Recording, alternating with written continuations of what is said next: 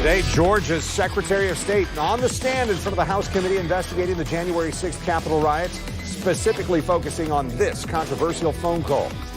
So, look, all I want to do is this. I just want to find 11,780 votes, which is one more than we have, because we won the state.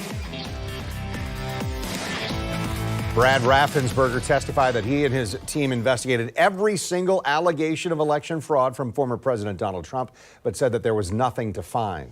Tarek Miner has been monitoring these ongoing hearings and joins us now with what else we learned today. Tarek? Well, you know, today's hearing really focused on former President Trump's pressure campaign applied to state officials in key battleground states. Two Georgia election officials who are both Republicans say they chose what they felt was right versus Donald Trump's big lie.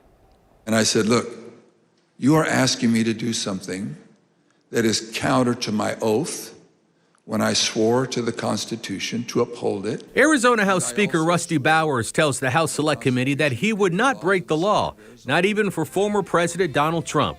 This after Trump officials asked Bowers to call a meeting to decertify the state of Arizona's electors, telling Bowers he had the authority to do so. But I said, what would you have me do? And he said, just do it and let the court sort it out. And I said, you're asking me to do something that's never been done in history, the history of the United States. That request came after more than 60 state and federal courts ruled that there was no widespread election fraud in the 2020 election.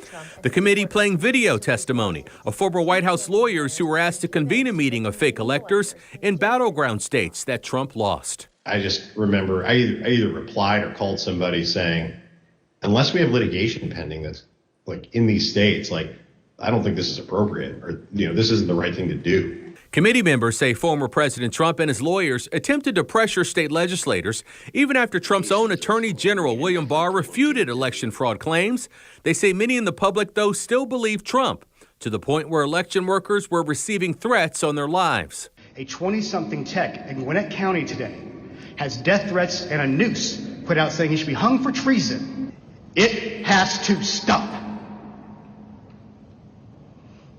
Mr. President, you have not condemned these actions or this language. For lack of a better word, I lost it. I just got irate.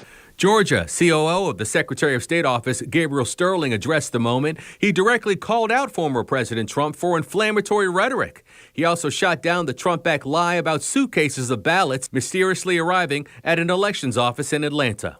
What it actually showed was Fulton County election workers engaging in normal ballot processing. So, look, all I want to do is this. I just want to find 11,780 votes. What I knew is that we didn't have any votes to find. Georgia's Secretary of State Brad Raffensperger told the House committee that he told former President Trump that the data he had was incorrect, saying White House lawyers called his office 18 times in a relentless pressure campaign that ultimately failed. A former Georgia election worker also testified today, saying that Trump and his lawyer Rudy Giuliani alleged she and her mother committed election fraud and passed a small USB drive to each other in a video. It turns out she was really handing her mother a ginger mint.